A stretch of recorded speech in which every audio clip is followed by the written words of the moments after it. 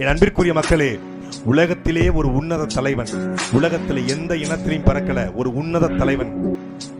ராஜாஜி மூடிய பள்ளிக்கூடங்களை திறந்துடுறாரு. பள்ளிக்கூடத்துக்கு பசங்க வரல. பள்ளிக்கூடத்துக்கு பசங்க வரணும்னு கார் எடுத்துட்டு போகும்போது மாடு மேய்ச்சிட்டு இருக்காங்க பசங்க எல்லாம் கூப்பிட்டு, என்னப்பா பள்ளிக்கூடம் படிக்க வரலையான்னு கேட்ட உடனே, படிக்க வரணும் அவங்க அப்பனா சோறு போடுவான்னு முதலமைச்சரை பார்த்து ஒருத்தன் கேட்டிருக்கிறான். முதலமைச்சருக்கு மண்டையில உரைக்குது, ஐயோ பள்ளிக்கூடத்தை திறந்துட்டோம், என் பிள்ளைக்கு பசியார சோறு போடலன்னு.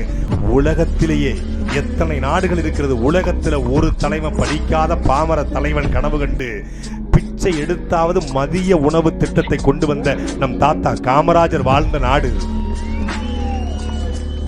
பள்ளிக்கூடத்தை திறந்தாச்சு, ஆனா 5 வயசு பிள்ளையால 5 கிலோமீட்டர் நடக்க முடியாது.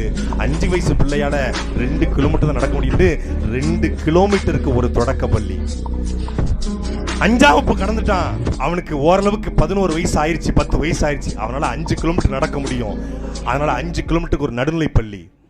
அவன் 8ஆம் தாண்டிட்டான், அவனால ஓரளவுக்கு 8 கிலோமீட்டர் நடக்க முடியும். 8 கிலோமீட்டருக்கு ஒரு உயர்நிலை பள்ளி என்று அந்த பிள்ளைகளுடைய வளர்ச்சிக்கேற்ப தொடக்க பள்ளி, நடுநிலை பள்ளி, உயர்நிலை பள்ளி, மேல்நிலை பள்ளி என்று உருவாக்கி பல்வேறு பொறியியல் கல்லூரிகளை, மருத்துவ கல்லூரிகளை, அரசு கலைக்கல்வி உருவாக்கி படிச்சாச்சு.